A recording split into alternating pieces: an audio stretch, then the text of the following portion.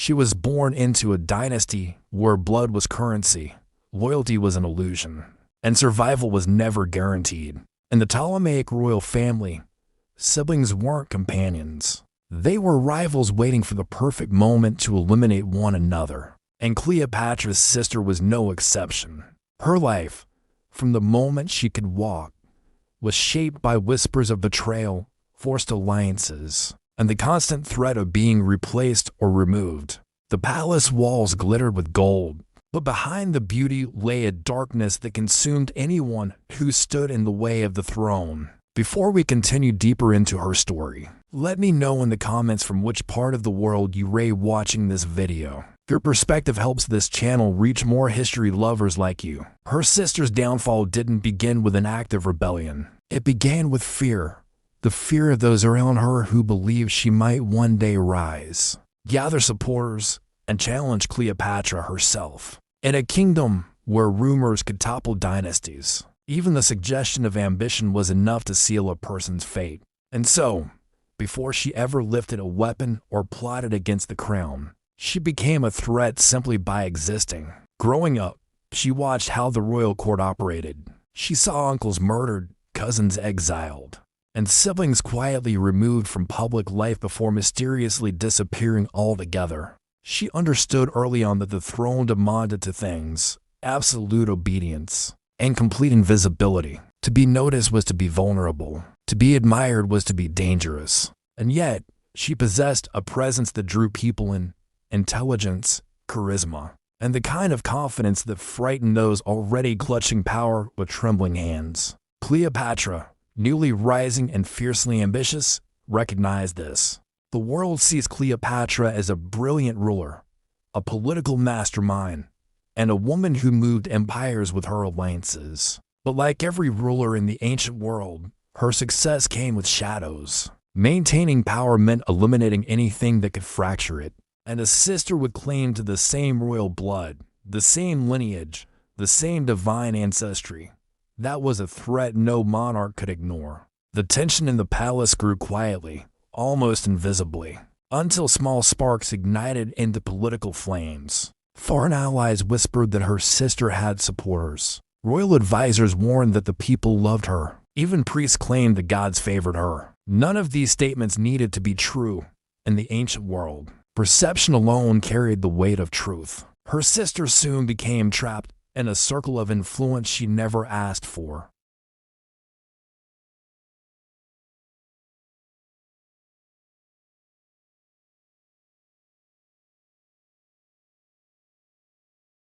They saw her not as a woman, not as a daughter of Egypt, but as a weapon they could sharpen and aim at the queen. And though she resisted their schemes, the rumors surrounding her grew louder than her denials. It wasn't long before Cleopatra heard of these whispers. Suspicion hardened into certainty, and certainty hardened into resolve. She knew how her ancestors dealt with rivals: swift, decisive, merciless. She also understood the message her decision would send to the people, to the army, to Rome, and to the palace itself. Her sister's punishment would not simply be an act of justice. It would be a warning carved into memory. The order was given quietly at first. Her sister was removed from public life, escorted away from the palace under the guise of protection.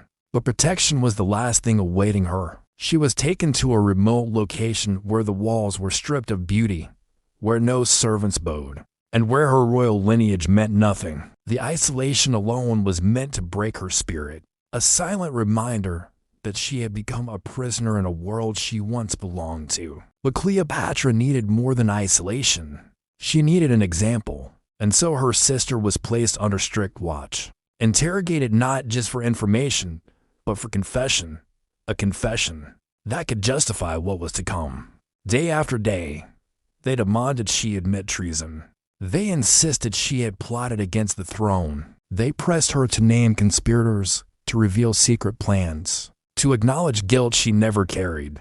But she refused. Her refusal only intensified Cleopatra's resolve. A rival who admitted guilt could be executed quietly. A rival who denied guilt had to be destroyed loudly. The ancient world valued control through fear. And rulers maintained order not only by rewarding loyalty, but by demonstrating the cost of defiance. And Cleopatra, surrounded by enemies on every border, believed the kingdom needed to witness the consequences of disloyalty in the most unforgettable way. As preparations for her punishment began, news spread through the court like wildfire. Servants whispered in corridors. Advisors exchanged uneasy glances. Even those who supported Cleopatra felt the weight of what was coming. Punishing commoners was routine. Executing political enemies was expected. But destroying one's own royal sister, and doing so in a manner meant to humiliate and terrify, that was something else entirely. Ancient Egypt held ceremony in everything, even in cruelty. The punishment chosen for her sister would not simply end her life. It would erase her legacy, tarnish her dignity, and transform her final moments into a spectacle of power. Every element was planned to deliver a message. No bloodline, no title, no divine claim could protect someone who stood in the way of the throne. Her sister was brought out under guard, stripped of royal symbols, and paraded not as a princess of Egypt, but as a warning. The humiliation was deliberate, a final act of domination meant to crush any lingering respect or fear her name commanded. The crowd watched in stunned silence, recognizing that this was not justice. This was a ruler reminding the world how fragile power could be, and how brutally it could be defended. And still, through every step, her sister refused to break. She held her head high, not out of pride, but because she understood that even stripped of power, she could choose how she met her fate. But Cleopatra's plan was not finished. What awaited her sister next would push the boundaries of ancient punishment, ensuring her story would be whispered in fear long after the dynasty itself had vanished. Her final walk was not through a palace courtyard or a ceremonial hall. It was through a narrow passageway carved deep into the earth, a place where sunlight couldn't reach and where voices echoed like distant ghosts. The guards did not speak. They did not need to. Everyone present understood what this moment represented: the cleansing of a threat, the erasure of a royal name, and the sealing of Cleopatra's absolute power. At the end of the passage stood a chamber designed with chilling purpose. It was small, windowless, and constructed not for imprisonment, but for a punishment that combined suffering, fear, and political symbolism. Cleopatra knew that simple execution would never be enough. Her sister's death needed to resonate through the empire, sending ripples of fear to generals, nobles, and foreign ambassadors. And so, the method chosen was one that ancient rulers reserved only for the most dangerous rivals. Her sister was forced into the chamber, surrounded by priests and officials whose presence turned the execution into a ritual. The Ptolemies believed in sacred punishment, and while much of it was political theater, the cruelty was horrifyingly real. She was not allowed a final statement. She was not given a chance to plead. Her identity, her achievements, her royal blood, none of it mattered anymore. The ritual had begun. The priests began chanting, not out of devotion, but because ceremony created legitimacy. A royal death without ritual could be questioned. A royal death with ritual became divine will. As they circled her, the air inside the chamber thickened with incense, suffocating and sweet, masking the scent of fear that clung to her skin. She stood silently in the center, her fate no longer in her hands. What followed next was a combination of humiliation and calculated torment. Her sister was bound in a restrictive posture, forced to kneel and bow before the symbols of royal authority she had once shared. This was not just punishment. It was a reenactment of defeat, a staged submission intended to break any lingering perception that she had ever been worthy of the throne. Then came the final act. In Egyptian tradition, enemies of the state were erased not only physically, but spiritually. Cleopatra could not risk her sister becoming a martyr or a legend. She could not allow future rebels to rally around her memory, so her punishment was designed to strip her of an afterlife, the worst fate imaginable in Egyptian culture. Her name would not be recorded. Her burial would not follow sacred rituals. Her body would be destroyed in a way that denied her eternity itself. The chamber filled with more priests each holding tools used in executions rarely spoken of. Her sister was forced into a sealed compartment within the chamber, a suffocating box carved into stone. It was not wide enough to sit, nor tall enough to stand. It was designed for one purpose: to crush the spirit long before the body succumbed.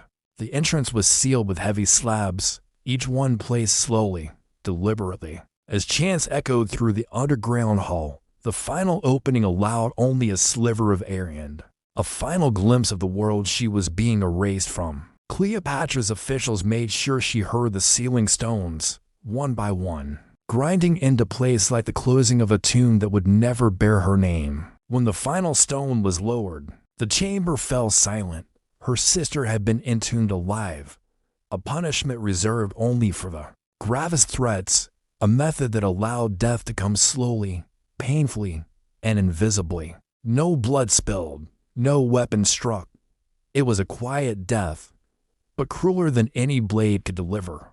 Outside the chamber, Cleopatra's envoys announced to the court that justice had been served. They spoke of treason, of betrayal, of necessity. They spoke of protecting the kingdom from internal corruption. But everyone understood the truth. This was not justice. It was strategy.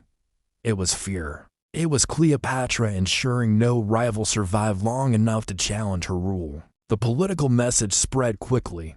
Allies praised Cleopatra's strength. Rivals backed away quietly. Even Rome took note, recognizing her as a ruler capable of enforcing her will without hesitation. In the brutal world of ancient power, mercy was seen as weakness, and Cleopatra was determined never to appear weak. As the days passed, the story of her sister's end faded from public speech. Not because people forgot, but because remembering it out loud could cost them their own safety. Servants whispered in corners, mothers warned their daughters, and nobles watched Cleopatra with a mixture of awe and terror. She had proven that nothing, not bloodline, not sisterhood, not tradition, could stop her from securing the throne. Yet there was a haunting irony in the aftermath. Cleopatra had intended to erase her sister completely, to wipe her from history, to ensure her name dissolved into silence. But the brutality of her end was too shocking, too unforgettable,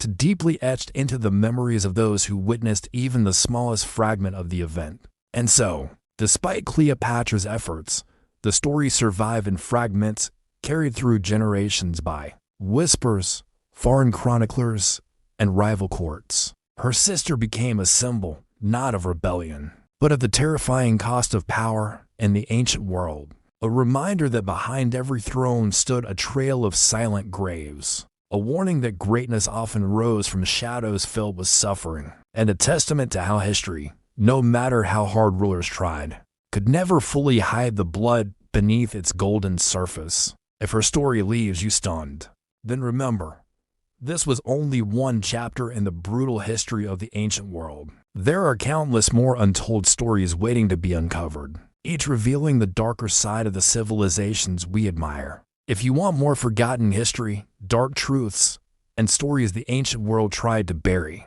make sure you like this video, subscribe to the channel, and share your thoughts in the comments. Your support helps bring these hidden chapters back into the light, and there are many more to tell.